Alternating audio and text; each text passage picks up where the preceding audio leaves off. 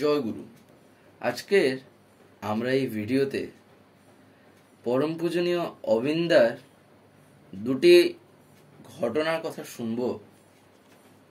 অর্থাৎ আমরা যে শ্রী শ্রী ঠাকুরের একটি বাণী আছে, সে বাণীটি হলো ইষ্টগুরু পুরুষোত্তম প্রতীক গুরু বংশধর, রে তো শরীরে সুপ্ত থেকে জ্যান্ত তিনি নিরন্তর। এই যে বাণীটা, এই বাণীটার তো মানে হয়তো আমরা সবাই বুঝতে পেরেছি, কারণ কি ঠাকুর এই যে যত সব ছড়াগুলো দিতেন তার ভিতরে বেশিরভাগটাই যাতে সাধারণ মানুষ বুঝতে পারে তাই ঠাকুর এই ছড়াগুলো দিয়েছেন। এবং ছড়া মানেই তো একটা রিদিম থাকবে, যেটা শ্রুতিমধুর হয় এবং যেটা বোঝার সুবিধার্থেও মানুষের ক্ষেত্রে সুবিধা হয়। তাই আজকে আমরা এই ভিডিওতে সেই যে বাণীটির বাস্তব রূপায়ণ, আমরা তো বর্তমান শ্রী শ্রী আচার্যদেব এবং অবিন্দার ভিতরেই দেখতে পাই এবং তাদের ভিতরেই সেই লীলাগুলো চলে। তো সেই রকমই আমি দুটি ঘটনা আজকে আপনাদের সামনে তুলে ধরছি।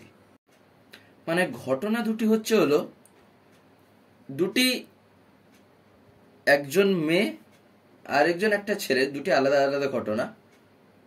তো তাদের নিয়েই যে পরম পূজনীয় অবিন্দাদার যে কথা, সেইগুলো শুনুন। একদিন রাতে পরম পূজনীয় অবিন্দাদা টি স্টলে গিয়ে বসতে যাওয়ার আগে হুইল চেয়ারে চলা এক মেয়ে ওর বাবা মার সাথে ছিল। তিনি গিয়ে মেয়েটির সাথে কুশল সংবাদ জিজ্ঞাসা করতেই মেয়েটি খুব দুঃখের সাথে বলল ওর আর বেঁচে থাকার কোনো ইচ্ছে নেই। পরম পূজনীয় শ্রী শ্রী অবিন্দাদা উপস্থিত সবাইকে সরে যেতে বললেন। তারপর ফিলান্থ্রপির বাইরের সিঁড়িতে বসে মেয়েটি এবং ওর বাবা মার সাথে 1 ঘন্টার মতো সময় বসে কথা বললেন এবং ওখানে যারা ছিলেন সকলে দূর থেকে দাঁড়িয়ে শুনছিলেন। তার সাথে প্রাণের সব কথা খুলে বলতে পেরে মেয়েটিকে বেশ উদ্দীপিত মনে হলো। আরেকটি ঘটনা, এই যে ঘটনাটা বলতে যাচ্ছি, মানে ঘটনাটা এরকম আপনারা হয়তো শুনতে পাবেন।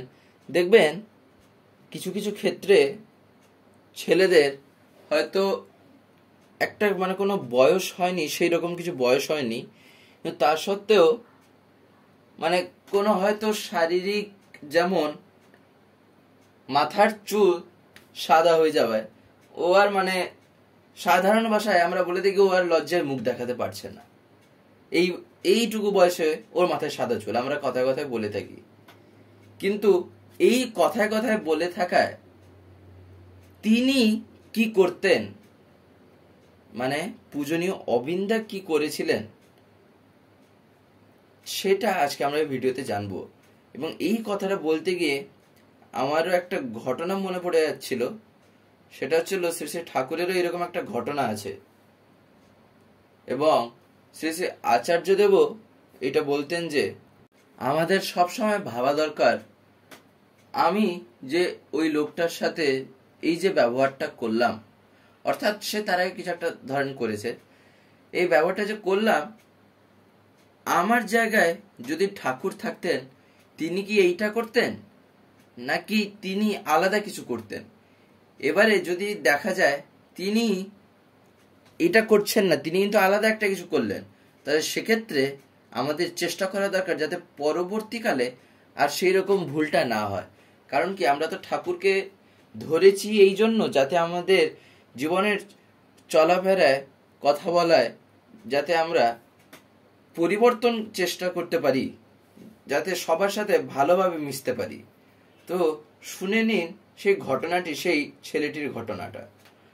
এই ঘটনাটা হচ্ছিল এক মা তার 10-12 বছর বয়সী সেতী রোগে আক্রান্ত ছেলের ব্যাপারে খুব ভারাক্রান্ত মন নিয়ে পূজনীয় অবিন্দার চরণে নিবেদন করে বললেন যে ওর গায়ে সাদা কালো দাগ পড়ে যাওয়ায় সে এখন স্কুলে যেতে চায় না। অন্য ছেলেরা কেউ ওর সাথে বসতে চায় না। ছেলেটা অত্যন্ত বদরাগী হয়ে গেছে। এই বয়সেই মানে ওর চুল কিরকম যেন সাদা হয়ে যাচ্ছে, প্রচন্ড হীনমন্যতায় ভুগছে। পূজনীয় অবিন দাদা ওর মাথায় হাত বুলিয়ে দিয়ে বলছেন, এতে কি আছে, একটা স্প্রে দিয়ে দেব, যেটা দিলে ওর শরীরের মাঝে মাঝে যে কালো জায়গাগুলো সাদা হয়ে যাবে, ও সম্পূর্ণভাবে ফ্রান্স আমেরিকার মানুষদের মতো সাদা হয়ে যাবে। ছেলেটাকে বললেন, দেখিস না কত লোক চুলে বিভিন্ন রং করে, তোরটা না হয় সাদা রঙের হবে। এটাকে ভাবি নতুন চুলের স্টাইল।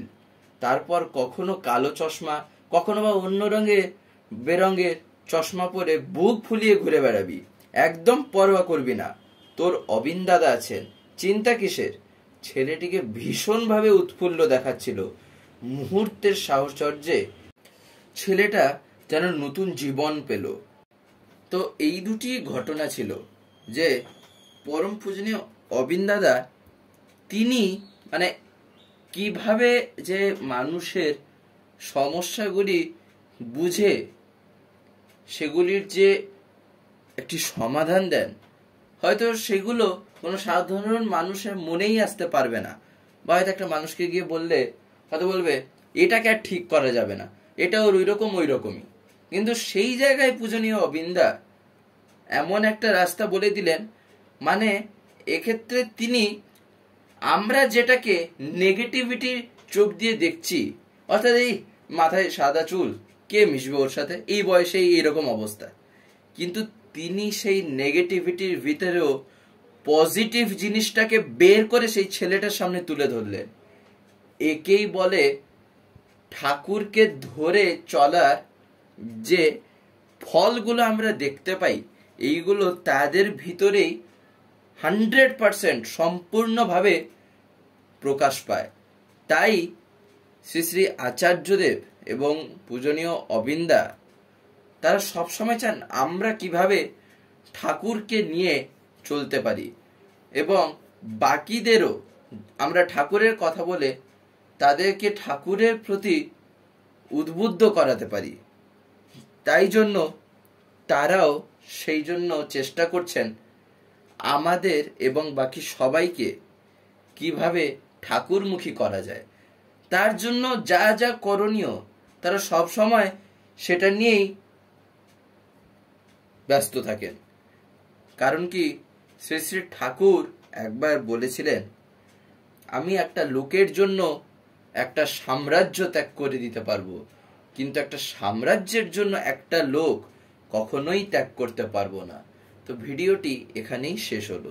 যদি ভিডিওটি ভালো লেগে থাকে তাহলে একটি লাইক করে দেবেন, শেয়ার করে দেবেন, কমেন্ট করে দেবেন, এবং যদি চ্যানেলটিকে সাবস্ক্রাইব করে না থাকেন তাহলে চ্যানেলটিকে সাবস্ক্রাইব করে পাশের বেল আইকন প্রেস করতে একেবারেই ভুলবেন না, আরো এইরকম নতুন ভিডিও সবার আগে পাওয়ার জন্য। জয় গুরু।